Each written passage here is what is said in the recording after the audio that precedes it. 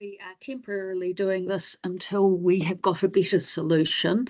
This is with your patient who you'll be seeing on Friday. So Lexi did a food diary. If we just click on her food diary, she's done a few days. I'm just going to see how far back, probably about 5 or 6 days. So what we can then do is we click on diary and we create a snapshot.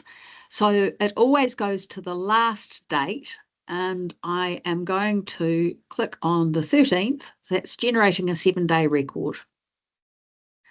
So this then becomes Lexi's diary snapshot, and we of course can edit it.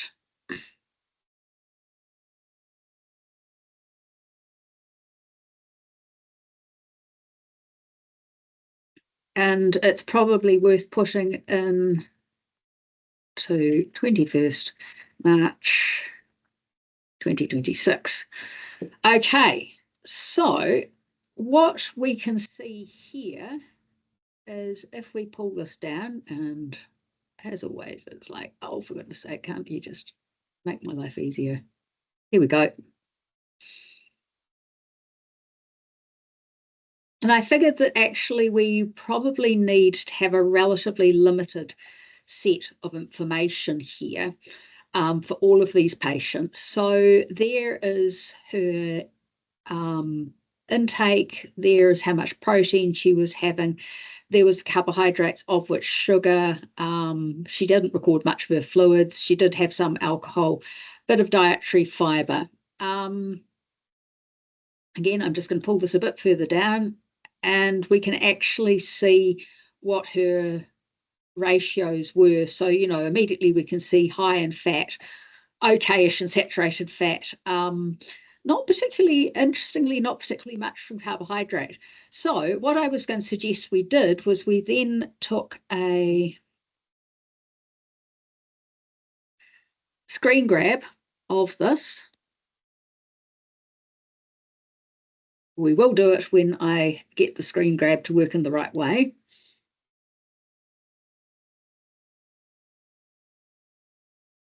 And you would give her that information. So I'm going to just chuck it onto a Word document.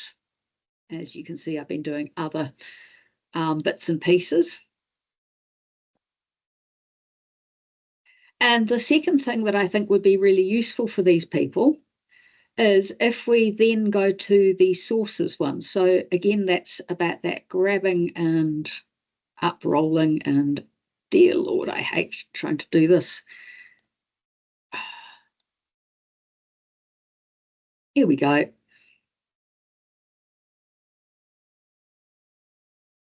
And protein, yep, that's quite useful. So we've got the up and go high protein, we've got fish, we've got stir fry, we've got chicken, all of those things. So she's actually quite low in protein, which I thought was quite interesting. So again, I'm just going to hook that through and put it into that document. And the second thing, just so that you can see this and see why I've kind of made this decision, is if you scroll down, yes, there's little bits of protein from other things, but I think what would be really interesting also is we take off the protein, except it won't, and we go, say, to dietary fiber. And again, her up and goes have been that major source. And yes, they're an okay source, but she's clearly not actually consuming a lot of grains. And I think that that might be part of what is going on with her weight, is that she's just not used to actually getting satiety from her foods. Again, I'm just going to clip that for you.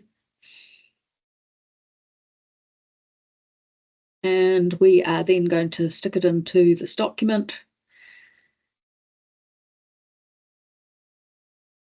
Now, the third bit that I wanted to show you in this is how we can generate, and I'm sure there's a better way of doing this, but we've just got to figure that out, is that we can actually then, if we publish that,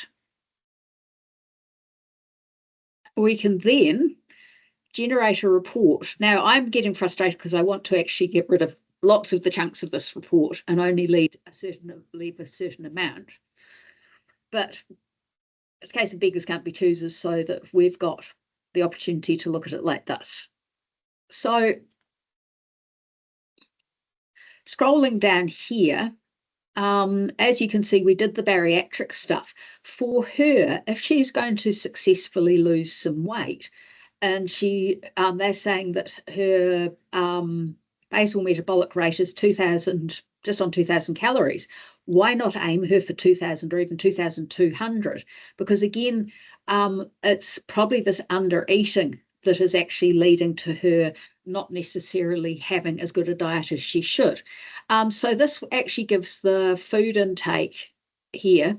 It also gives she's hitting her protein, the total fat, really not hitting the dietary fiber.